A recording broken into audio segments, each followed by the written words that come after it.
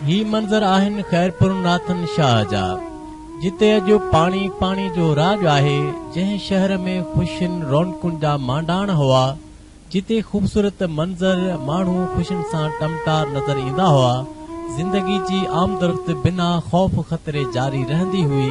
अॼु ही सभु माज़ी जो किस्सो बणिजी विया आहिनि।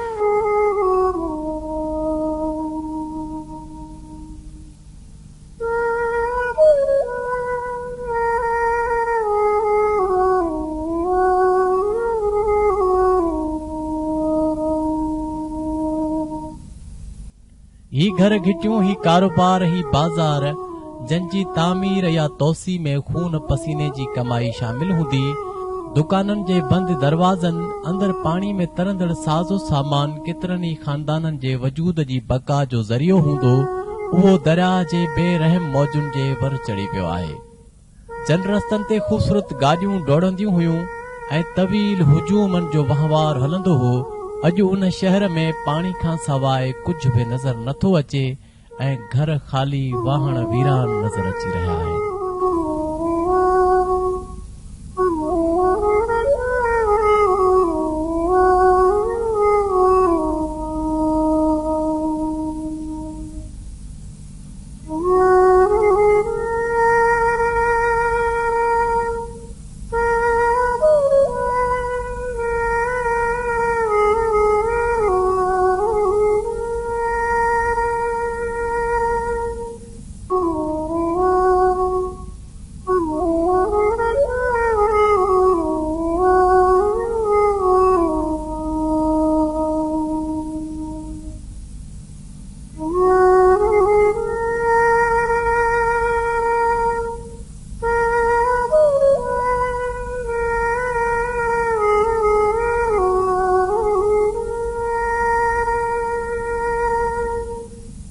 अॼु न ओताकनि में तालिब तंवारीन, आदेसी उथी विया मढ़ियूं मुंहुं मारीन, जेके जीअ खे जीआरीन से लाहूती त लॾे विया।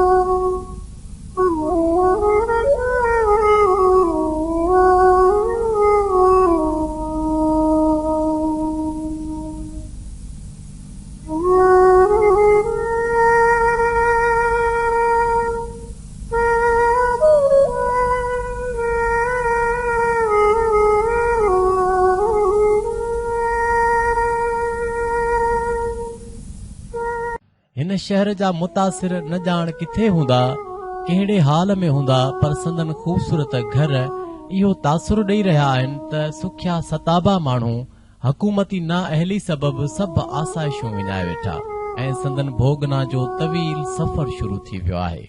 तरक़ी याफ़्ता रियासतूं शहरनि खे महफ़ूज़ बनाइण लाइ आफ़तुनि खां अॻुवाट ई बंदोबस्त कंदियूं आहिनि, पर हिते निज़ाम ई उबतो हली रहियो आहे। हिते दरियाउनि जा बंद मज़बूत न पर कट लॻाया वेंदा आहिनि, छो त भोगणो त अवाम खे ई पवंदो आहे। खैरपुर नाथन शाह में मौजूद पाणी ज़िंदगी जी वापसी लाइ वॾी रुकावट बणिजी बीठल आहे। ही कारोबार, ही अझा छॾण केॾो न अफ़सोसनाक मंज़र हूंदो, पर हिन भोगना खे केरु थो समझी सघे।